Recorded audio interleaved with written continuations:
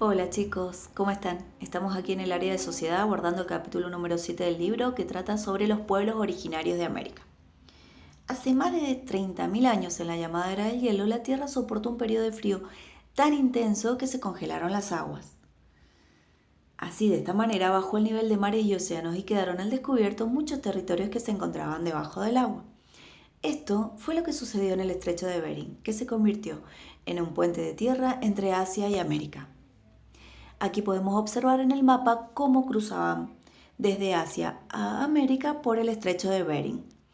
Existen varias teorías acerca del poblamiento de América. Las tres más reconocidas son justamente la de Alex, que dice que atravesaron a través del estrecho de Bering los pobladores desde Asia a América. Después está la teoría de Paul Rivet, que dice que es desde la Polinesia atravesando el Océano Pacífico. Y la tercera teoría es la de Méndez Correa, que dice que es desde Australia hacia América. Bien, por ese puente entonces pasaron animales de enorme tamaño desde Asia a América, como por ejemplo los mamuts, y detrás de ellos cruzaron grupos de cazadores que los venían persiguiendo. Estos cazadores fueron los primeros pobladores de América. Durante miles de años se produjo la expansión de estos grupos por el continente. Según las teorías, es posible que mucho después también llegaran a América del Sur grupos que navegaron por el Océano Pacífico, desde Oceanía. ¿Cómo era la forma de sobrevivir de estos pueblos? Ellos, para sobrevivir a este viaje, iban aprovechando lo que les ofrecía el paisaje. Es decir, iban recolectando semillas, hierbas, plantas, comestibles que les entregaba ese paisaje, especialmente cuando llegaba el verano y las temperaturas subían unos grados. ¿Cómo eran las características físicas de estos pobladores? Físicamente, los primeros pobladores eran de piel cobriza, pómulos altos, ojos oscuros y cabellos negros y lisos. ¿Sí? Bien, ¿cómo era su vestimenta? Para soportar el clima frío, estas personas estaban muy bien equipadas con gruesos chaquetones, pantalones de cuero y capuchones de piel que los abrigaban del viento ártico. Una prenda muy importante para ellos fueron los zapatos de cuero, para cubrir los pies, sin los cuales hubiese sido imposible avanzar. Para cazar, el hombre desarrolló diversas armas y herramientas, ¿sí? Con esto cazaban a esos grandes animales y así aprovechaban el cuero, tanto para su vestimenta como ahora vamos a ver para las viviendas. ¿Cómo conservaban la carne?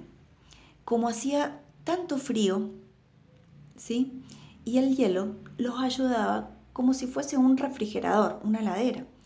¿Y qué hacían? Congelaban y mantenían de esta forma las provisiones.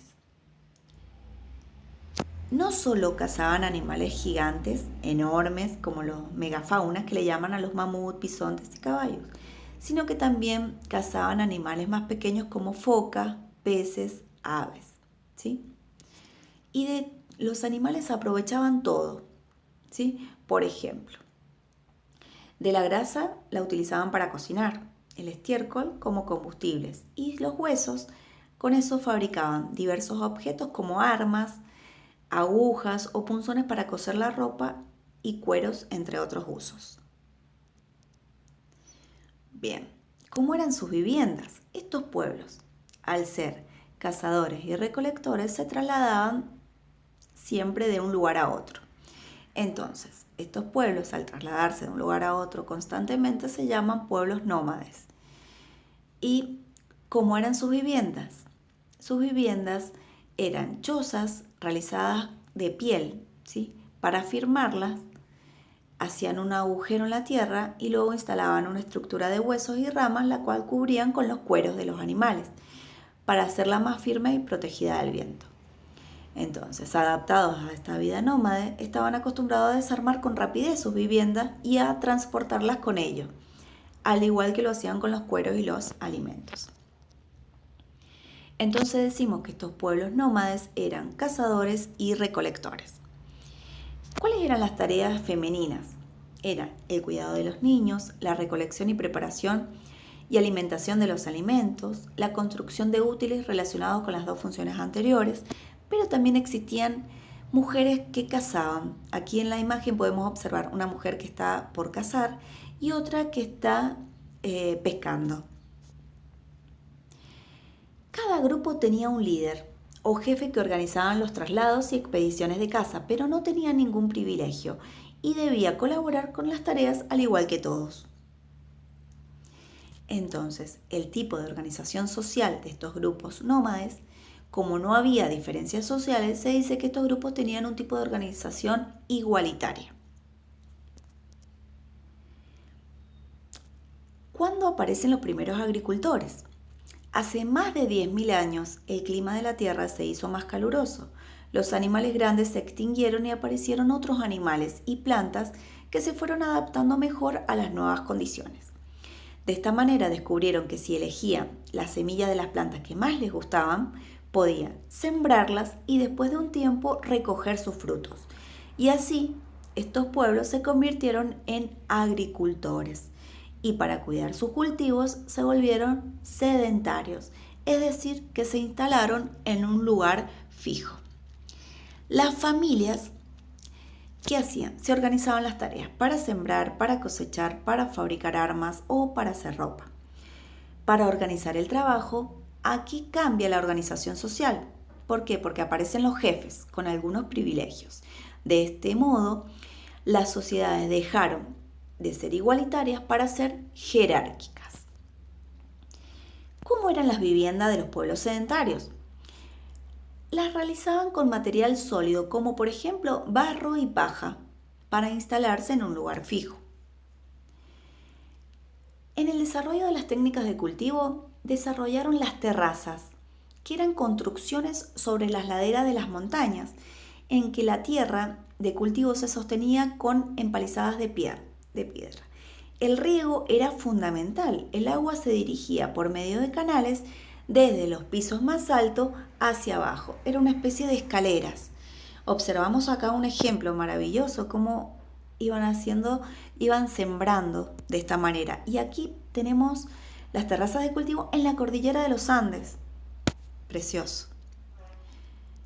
Muy ingenioso sus cultivos. Acá había otro. El sistema de cultivo se llama roza y quema. Esta fue utilizada por los agricultores que vivían en la selva. ¿Qué hacían? Sembraban, plantaban árboles, luego los talaban, luego los quemaban y con esas cenizas, ellos ¿qué hacían? Araban y sembraban, ¿sí? Y luego recolectaban sus frutos. Ellos cultivaban mandioca, maíz, batatas, zapallos, maní, porotos, ají, ananá, tabaco, algodón y algunas hierbas medicinales. Otras técnicas de cultivo se llaman las chinampas, que eran una especie de islas artificiales, como islas flotantes, ¿sí? Esto pertenecía a la agricultura azteca, que en la próxima clase vamos a hablar sobre los pueblos aztecas, mayas y los incas. Otra de las técnicas de cultivo son los pozos. ¿Qué hacían? Excavaban en zonas desérticas y para aprovechar el agua subterránea. De esa forma las raíces que hacían iban tomando la humedad del suelo del pozo. Bien, repasamos un poquito lo que hemos aprendido. Entonces, ¿de dónde y cómo llegaron los primeros habitantes de América? Las primeras sociedades que llegaron a América fueron grupos de cazadores nómades que cruzaron desde el norte de Asia hasta Alaska, por el estrecho de Bering. ¿Cuándo llegaron estos pobladores? Se estima que fue entre 30.000 y 40.000 años antes de la era cristiana, ¿sí? Estos hombres y mujeres se movilizaron hacia el sur, hacia el este, hasta que lograron ocupar todo el continente americano. ¿Qué es la revolución agrícola? ¿A qué se llama? Esto ocurre cuando los pobladores de América comenzaron a desarrollar la agricultura. Esta revolución fue iniciada más de 30.000 años después de iniciar las migraciones de Asia. ¿Dónde se desarrolló primero? Al parecer, la agricultura se desarrolló primero en Mesoamérica y posteriormente en el actual Perú. ¿Por qué la agricultura permitió el desarrollo de otras actividades? Por ejemplo, las actividades políticas y culturales. Porque el incremento de la agricultura facilitó el establecimiento de poblaciones permanentes, es decir, que se convirtieron en pueblos sedentarios, ¿sí? Palabras para saber. Entonces, nómades son las familias o personas o pueblos que cambian de lugar de residencia con regularidad, ¿sí? En general en busca de alimento. ¿A qué llamamos animales americanos la megafauna? Son los animales que son aves más mamíferos más reptiles que representaron una masa superior de 44 kilos y se extinguieron. ¿A qué llamamos sedentarios? A las personas o grupos de personas que se instalan en un lugar fijo. Y aquí terminaríamos con los pueblos originarios en esta semana, ¿sí? Les mando un besito, vamos a estar repasando estos temas en la carpeta y vamos a continuar la próxima semana. Les mando un beso enorme y a cuidarse. Chau, chau.